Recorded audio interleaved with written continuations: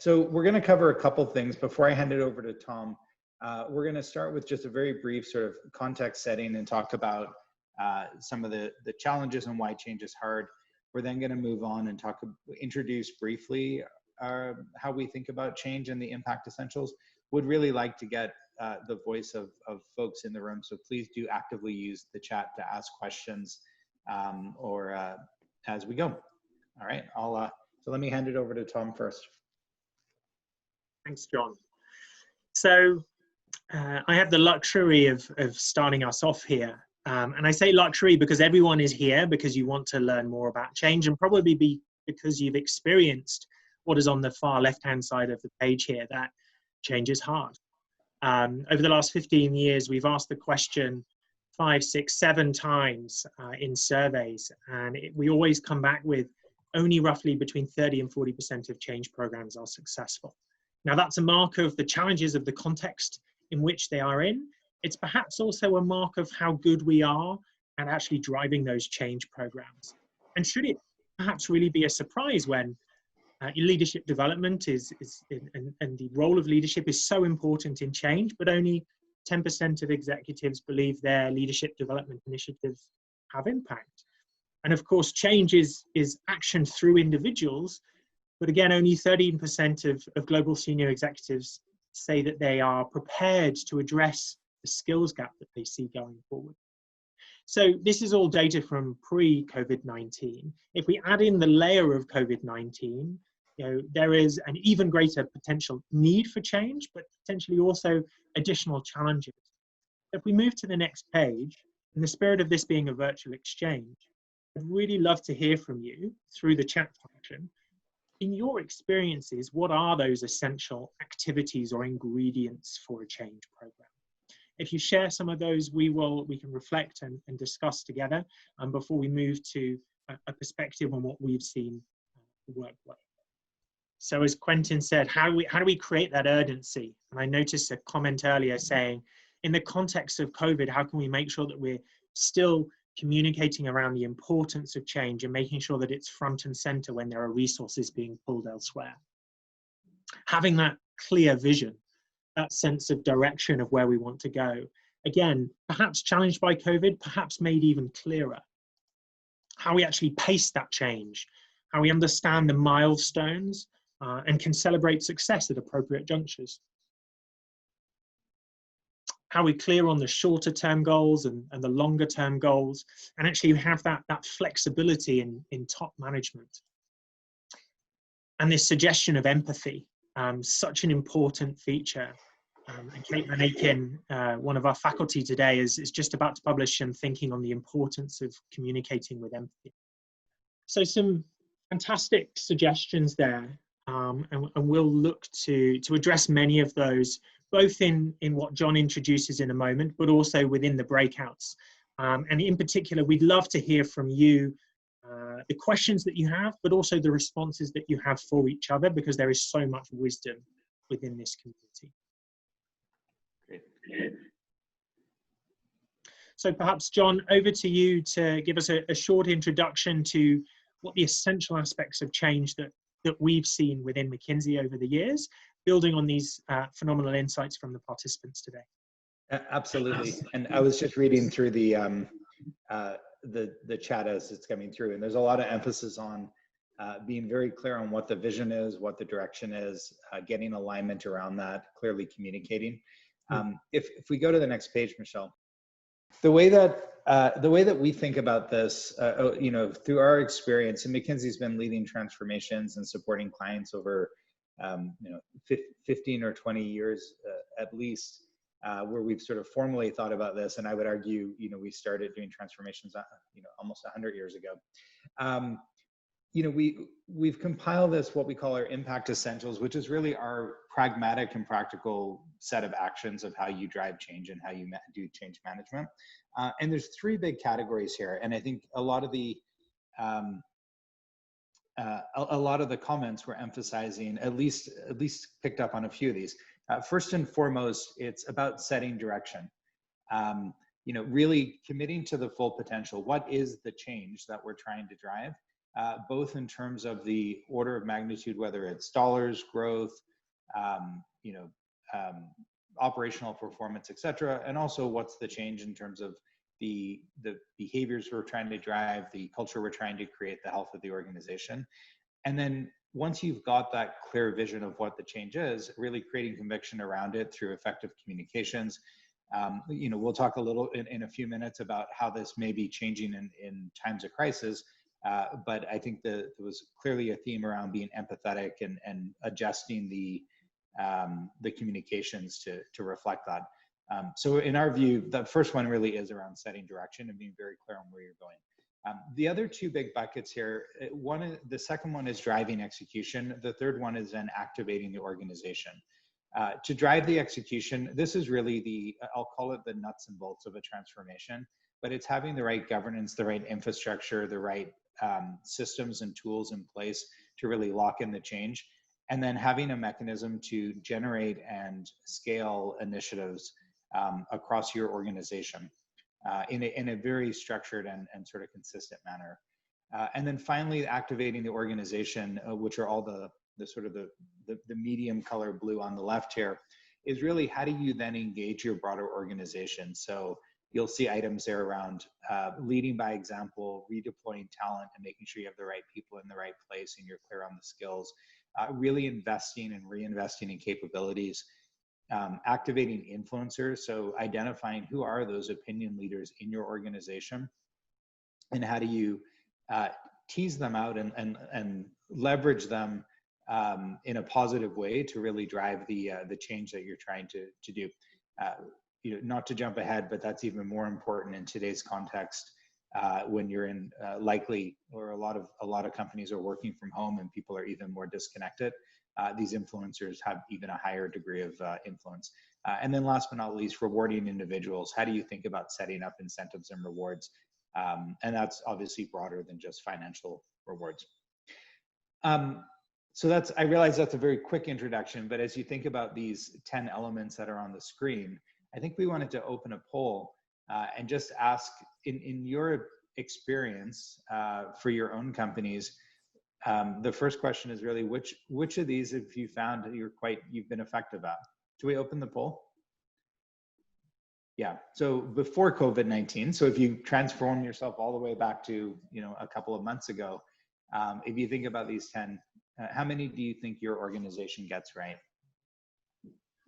Okay, so clearly either less than 4 or the majority of people in the 5 to 7 range, which is great. And that's been our experience as well. And I think somebody mentioned earlier, if it's not broken, why fix it? You know, often when we engage with organizations, you'll find a number of these things are actually working quite well. And it's about, you know, building on those and keeping them going, but then identifying which of the ingredients are missing. By the way, you know, there's no secret answer here. All of the research we've done and all of the work we've done has really shown more is better, which is you really do need to do all 10. We've had lots of conversations about, well, are there combinations that matter? Can you just do a couple of these? Are there ones that matter more? And the answer is, you know, the more of the 10 that you do, the more successful you'll be. Great. So let's move on to the second question, which I think is, as you think about these 10, which ones do you find personally the most challenging, or the ones that you think are the most difficult? And then what we'd like to do is, as we hear from you about which ones you find most difficult, I'll ask on the other faculty to share some stories and examples of how they've delivered on these. So again, we're still thinking pre-COVID-19 crisis, but which essentials have you found to be the most difficult? Here's my tip of the day. Please, there is a scroll bar on the right-hand side if you want to see all 10. I say that just because I know the last time we ran this poll, remarkably, like 1% of people chose reward individuals, but I think it's because we just didn't see it at the bottom. And I see lots of activity in the chat. Thank you to my colleagues for answering questions as they come in.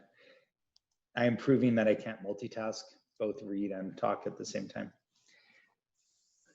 All right, so the results are in. Hopefully everybody can see the results in front of you.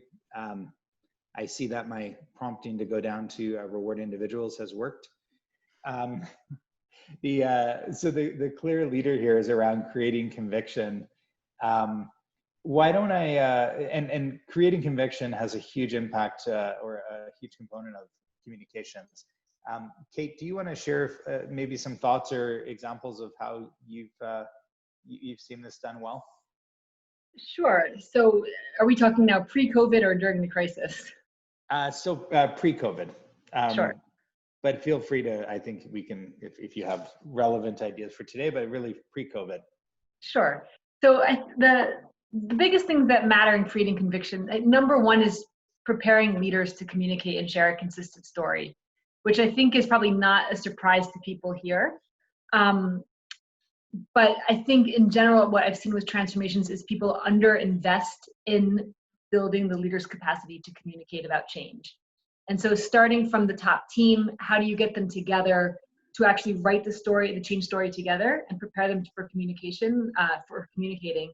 And then with managers, how do you get them together and also prepare them to talk about change? And historically, there's been this idea of a cascade where you tell the top team tells their teams things, who then tell their teams things, and that cascade usually breaks down after 2 or 3 rounds. So what are some different ways that you can get people together? So one thing that I've been doing, or we've been doing a lot of, is getting managers together in larger groups. So say that you've got like a regional managers meeting of the top 100 or 200, and doing a Q&A session where you're helping them prepare to answer the questions their people are going to have, or preparing them to have smaller conversations. So we're spending a lot of time really prepping managers on how to have good communications, because that, of course, they are one of the most trusted sources of information for people. We've also seen, again, in research, that face-to-face communication is much more effective than email. So again, with creating conviction, a lot of times people try to push out emails or maybe videos of people talking about change, which is far less engaging than creating spaces for conversation. So that preparation really matters. The other thing that I think really helps is to treat communications like it is actually an initiative. So one of these ideate and scale initiatives in the middle of the wheel, to treat it like an initiative, to give it the same oversight that all of your performance initiatives will have, so that the comms team is really part of the change program rather than someone who's meant to be on the outside reporting about it. And was there anything else that any of my peers wanted to add from what you've seen? Yeah, I'll jump in, Kate. Go ahead. And John, I'm gonna break your rule a little bit, because I think it's almost impossible to talk about things strictly pre-COVID. Sure. I mean, the dialogue and the language today has completely changed, right? I mean, how we would have built conviction in an organization, 5 weeks ago versus what's happening today. There needs to be real thoughtfulness around the messages that we send out to the organization, right? I mean, if we just focus on some of the reasons we would have focused on 5 weeks ago, I think it would come across as very tone deaf. And so what I've seen some folks do is really get into this topic of empathy, understand where the frontline employees are, and be thoughtful about how to connect with employees, how to understand their experience, and then transition into not strictly focusing on the short-term emergency response, which obviously is important, but going back to the values and the purpose of the organization and saying, listen, we recognize we're in a crisis, in an urgent situation, but who are we? What's the essence of who we are as an institution, as an organization? And then weave a story around that and tell a story about what we need to do now so that we can get ready to emerge out of this crisis stronger. And that can be a pretty powerful message for employees to focus on the longer term, to think through how they can do things now to actually help the company be stronger in the longer term. And Eugene, one thing I've seen that many companies are doing in the middle of change programs is tying COVID to their change objectives. So I've got one client that is moving from a global model to a regional model, and they're saying, oh, actually, all of the different things that are happening based on geographies shows that we actually need more autonomy in the region. So this is really helping us turbocharge our transformation. Or there's another one that is, they were trying to be more agile anyway, and they say, what a great way to test new ways of working. This has really just disrupted us as we're breaking down silos and operating in new ways. So it's really the story you're spinning around COVID that I think makes a difference. Fantastic. Why don't, given the push to, thank you, Eugene, to move right into, which of these are even more important in the situation we find ourselves in the COVID world. Should we just open the last poll, which is really a question of, as you think about these 10, which one do you find are even more important? And then we can jump onto that topic. So again, similar question, only in this case, it's which ones do you find most important? So as we thought about how do these change, or what are some of the important elements, and I'm not going to read through all these, but really just wanted to put it up on screen so folks can have a look, and then I'll ask my colleagues again if they want to share some examples of, what have you guys seen in terms of committing to full potential? What's been different over the last month or two? Or if maybe Taiwo, you want to talk a bit about leading by example and how you've seen leaders visibly lead. Yeah, so maybe if I take please committing go ahead, to if I take committing to full potential, I think it feels new, but I'm not sure whether it really is that new. And perhaps the things that were done pre-COVID are becoming even more important today. So one thing that the crisis has done in organizations I've been working with is it exposed challenges that were already there. So really looking at the most value creating activities, the parts of the transformation program that are actually best supporting how we generate value as an organization, and deeply committing to those and setting targets there to explore progress, but also building in these two other elements you see in those tick boxes there. One is purpose. And so we've seen in the chat a little bit, but also in the discussion previously, this idea that purpose is becoming even more important for an organization. What do you want to be known for over the next 10 years? That is going to be shaped by the actions that you take and how you commit to both a social purpose and an organization purpose in this time of crisis. But also doubling down on what we call organizational health, which is it's really important to set targets in terms of what you're doing, but also how you're doing things is more important than ever.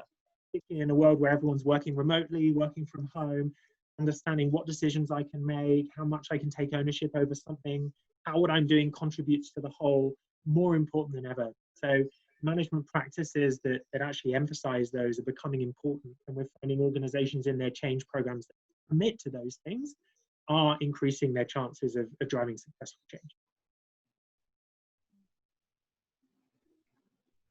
Thanks, Tom. Yes. Taiwo, do you want to? Yeah, I would add, that notion of purpose being really central, and connecting that to increasing a sense of empathy, and the importance of leaders being able to show vulnerability in, how they're personally dealing with the crisis, but then also creating space for others in the organization to share that. And, similar to creating conviction, it actually takes building capabilities for leaders to be able to learn how to show more empathy. And so we're seeing clients increasingly sort of value support to, as a team, figure out how do we build trust? How do we go through a process of, sharing, personal stories, just getting more of a sense of who are these people that I'm working with day to day, and using that as a way to kind of unlock a new set of openness and conversations and transparency and connection ultimately. So that's one thing. And then also, we're seeing clients increasingly value moving more quickly from, as a leadership team, we're going through a journey, we're going to learn how to show up differently, but we want to start to enable the rest of the organization to understand these new ways of operating, these new ways of behaving, to go through these similar shifts in mindsets and behaviors. So historically, where organizations like embark on a leadership program and have the top team go through it, and then 6 months, 12 months, 18 months later, start to cascade it, we're seeing them really get interested in how do we more quickly get the rest of the organization to understand how we're thinking differently about our role as leaders, what our expectations are in terms of empowering other people to contribute and to kind of shape how we evolve out of this crisis. So those are two real shifts, of, opening up to be more vulnerable, and then also making sure that the changes the leadership are going through are also mirrored in the rest of the organization more quickly. John, I will also add that we talk about full potential, which in the normal world, a company thinks of by how much can I grow EBITDA, or how many points of growth, top line growth can I get, right? I mean, I think that definition has fundamentally shifted, and these days I see many more folks thinking about the full potential more as, do I fully understand all of the risks that are coming my way, in addition to, kind of the financial opportunities, right? And so, most of my clients have been very active at being quite hard-edged about running the strategic scenarios, right? What happens if my revenue drops to 50%, right? And what are the series of actions that I'm going to need to implement to make sure that we can survive and thrive under those circumstances? And so, just the tone of the debate, and obviously there is a risk towards stasis, and so the more forward-leaning companies not only doing those scenarios, but truly doing the hard thinking to figure out which initiatives are no regret moves at this stage, and getting ready for initiatives that may not be right now, but as the different scenarios materialize, I'm ready to pull the trigger, ready to lean in, ready to invest. And the companies that are going to be the most successful coming out of this are the companies that are going to be able to be resilient, go through that downturn, and then ultimately be ready to emerge.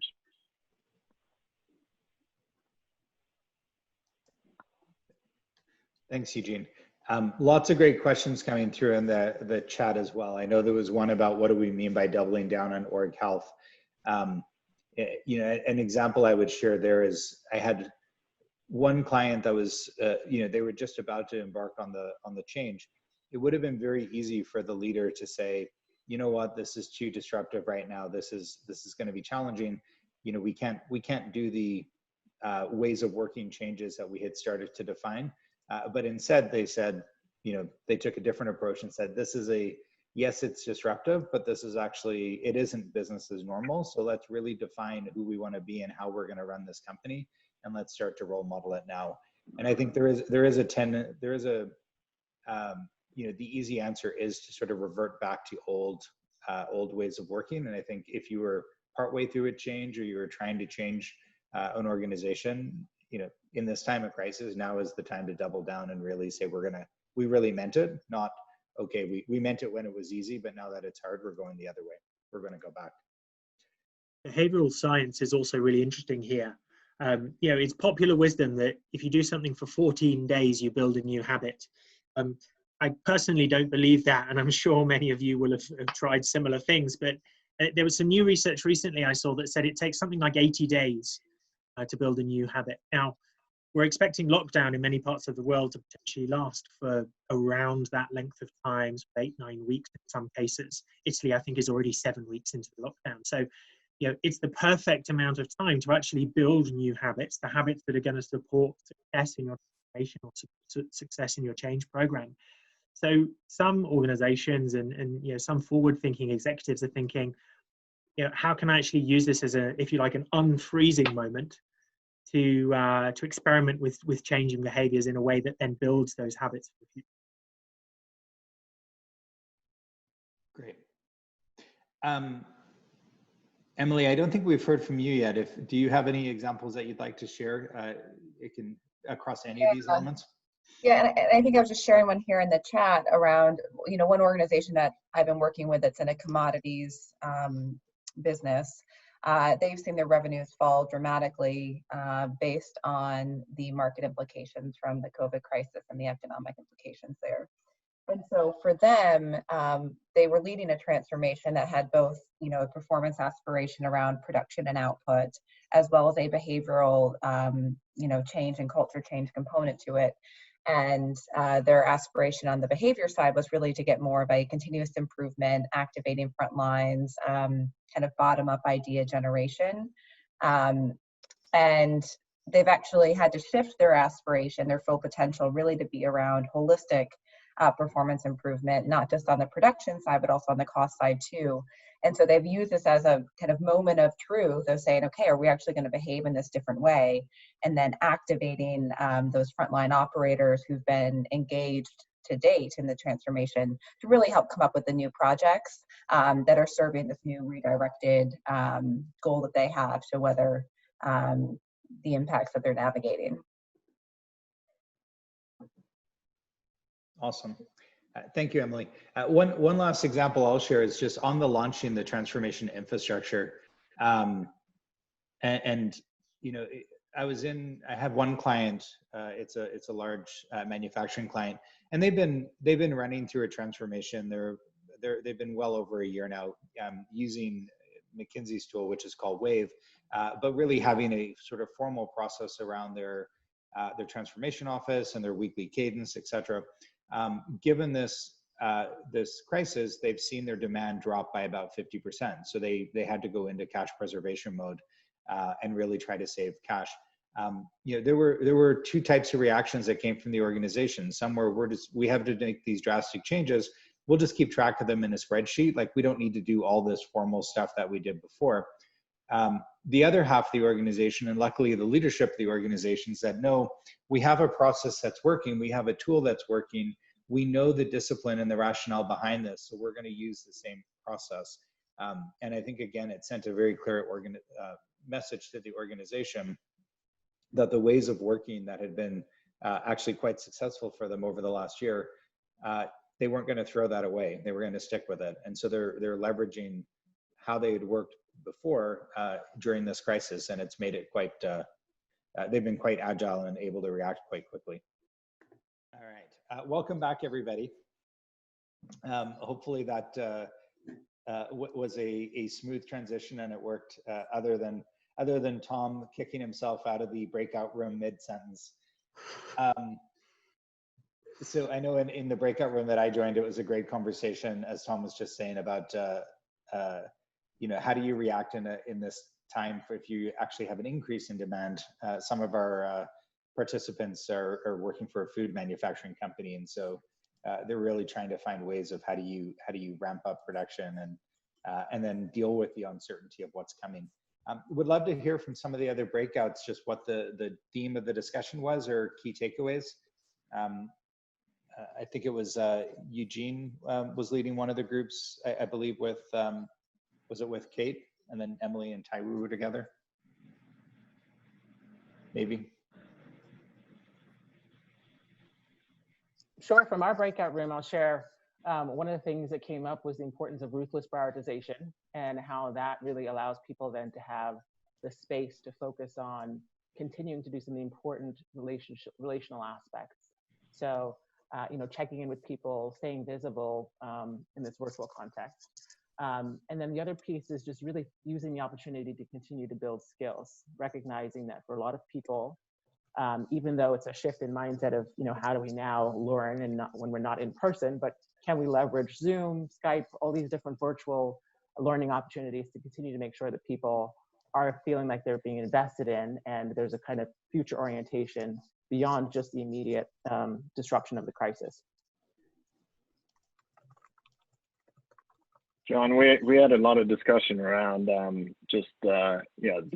upset of employees and how best to deal with that, right? I mean, how to create transparency into what's happening, but not to try and create false certainty with employees, but still finding things to keep employees motivated and excited. And often that means going back to the values, the fundamentals of who the organization is, and telling the story, finding a way to tell the story in the short term, but then also finding space to tell the story in the long term, and help creating a vision of how we're going to emerge, how we're going to succeed this downturn.